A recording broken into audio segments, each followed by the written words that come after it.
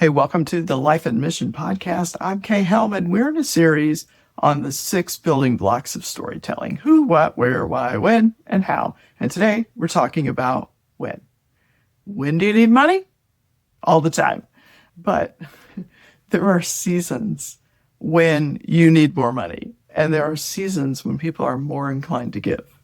So the most obvious of those is the year-end campaign, the last couple of months of the year.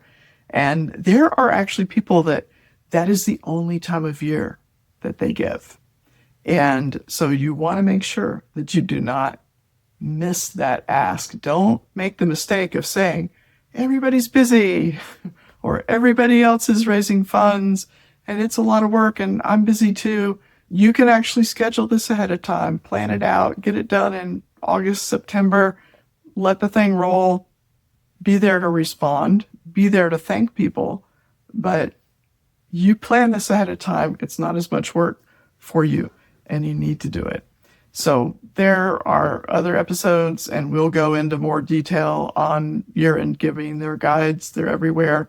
And Fully Funded Academy does a real good session on exactly how you should plan your year-end campaign. So I won't get into details, but just know that that's a time you do not want to miss, because I'll give you some stats to back up what I'm saying here. This is a great time of giving because people are aware of their budgets. Some people are getting bonuses. There are people who need to give away a certain amount of money to reduce their tax burden. You want to be there to pick some of that up. It's a really great time to ask. But according to Next After, they're a fundraising research lab. They said 37% of online fundraising revenue for nonprofits comes in during the final 45 days of the year.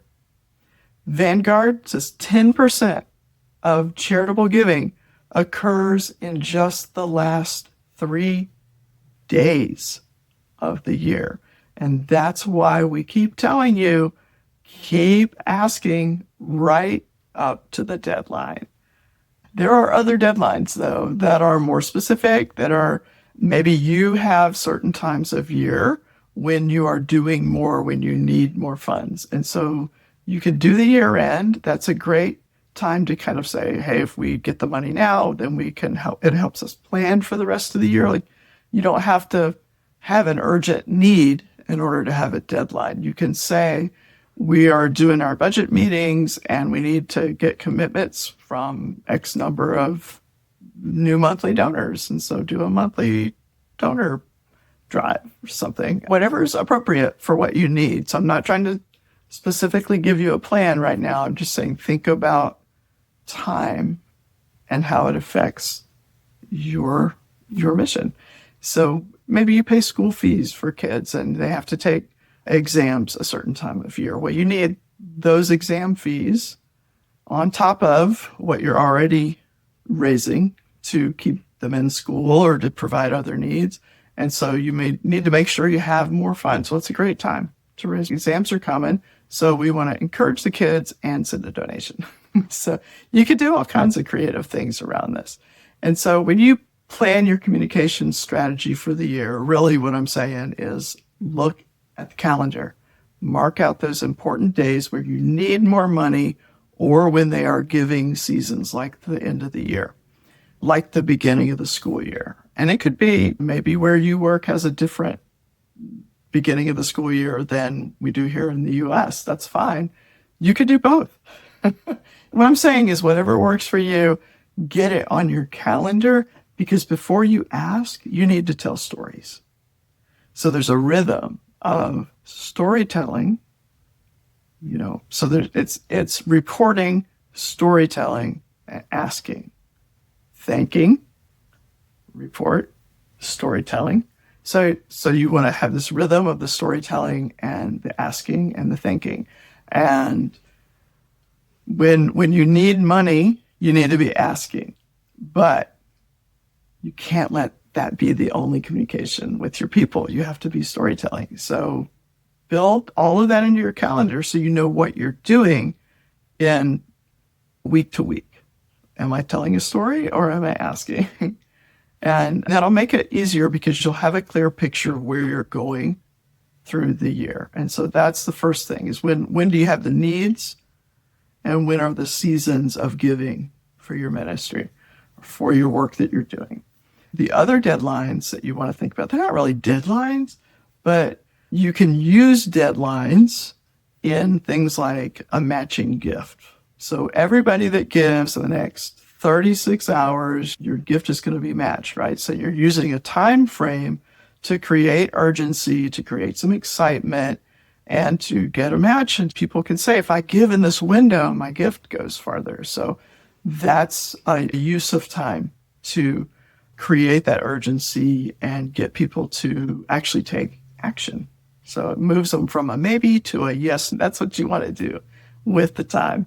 The other thing you can do, though, is to think about time in another way. Instead of just thinking about deadlines, think about it as opportunity. So there's an opportunity. There's a door that is opening for us, and maybe we don't know how long it's going to be open, or it's only going to be open for this amount of time.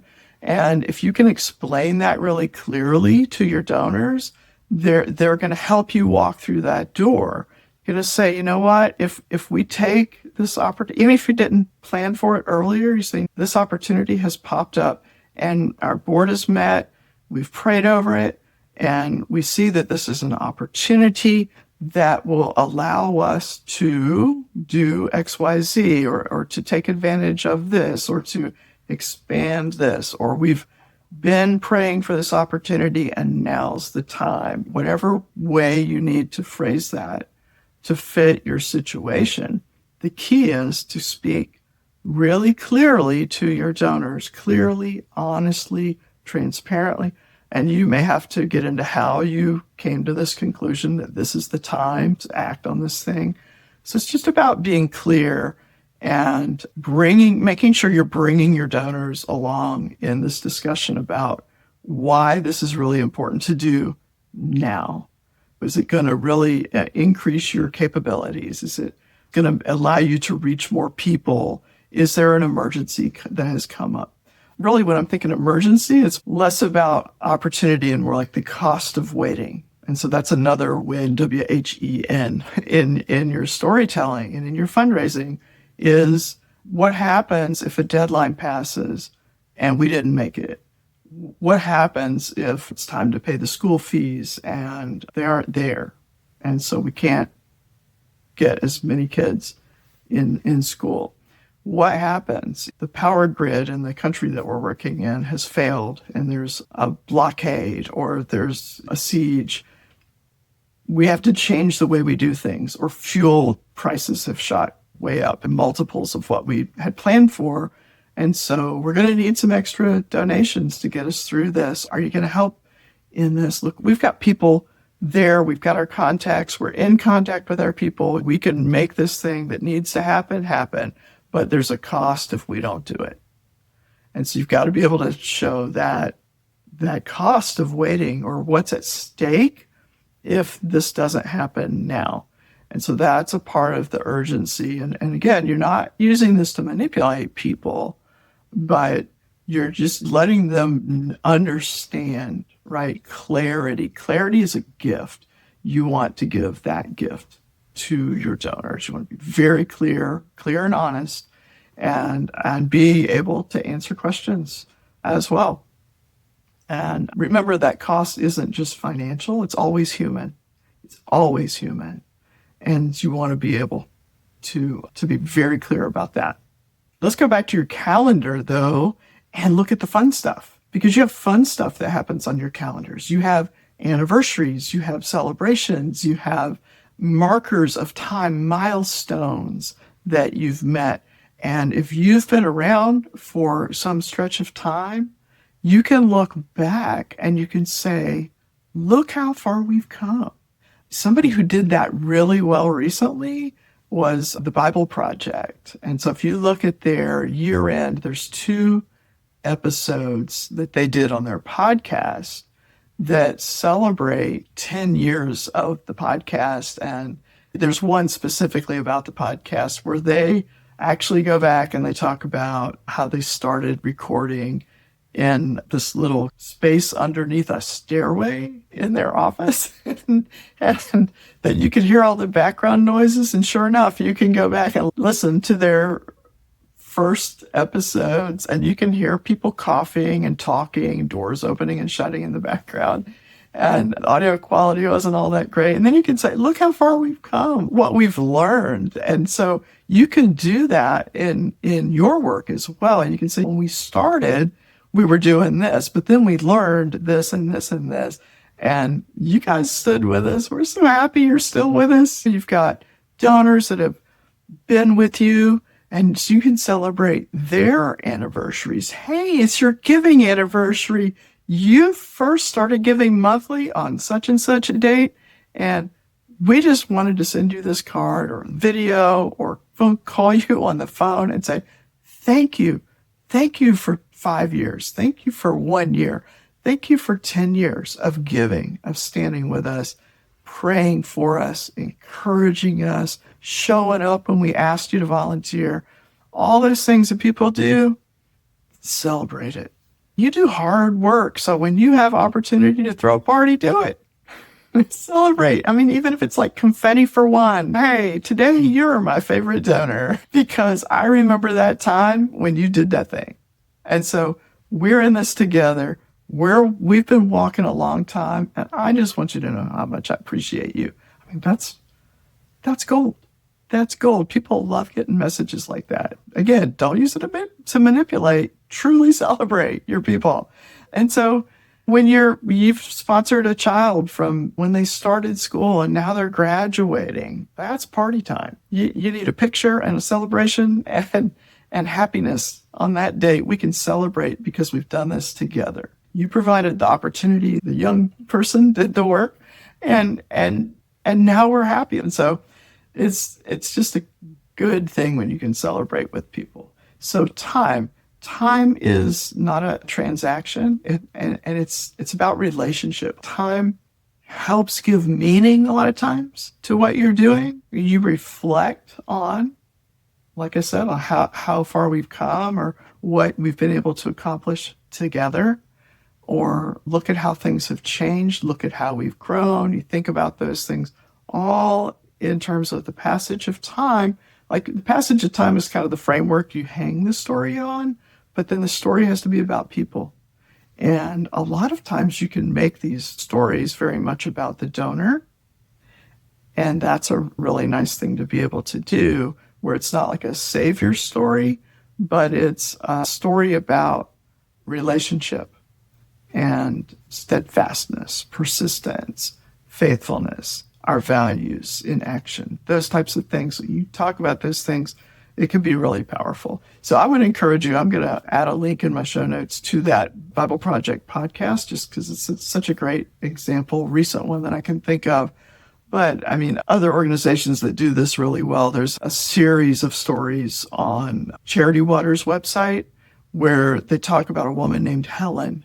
And when they first met her, they were showing up in the village to put a well in. And then she talked about, they came back to see how things were going. And they told another story from her point of view, where she talked about what having that clean water had done for her community. And she told this story about, she says, now I'm beautiful, because she was able to take care of herself as well as all the other people that she was taking care of. And it was just a really neat story, because it was an angle on clean water that if you haven't lived without it, you might not get. But because they went back and told a repeat story, they did follow-up stories. In our ministry, and when I worked with tributaries, we went back and did follow-ups with the people that we trained. And that's where we got our best stories. So you think about the passage of time. It's not just we showed up here somewhere and we did a training, but it's we came back a year later and we asked people, what have you done with the training? How have you been using what you learned?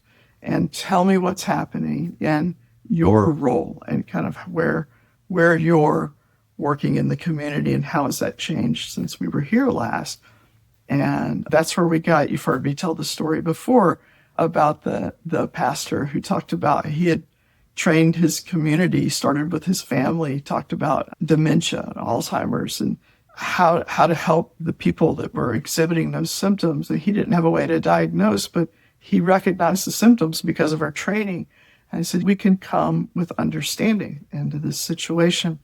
And he shared it with his family. He shared it with his church. And he shared it in the community. When he told us about this in the follow-up, he throws his shoulders back and he says, now they call me the defender of old women.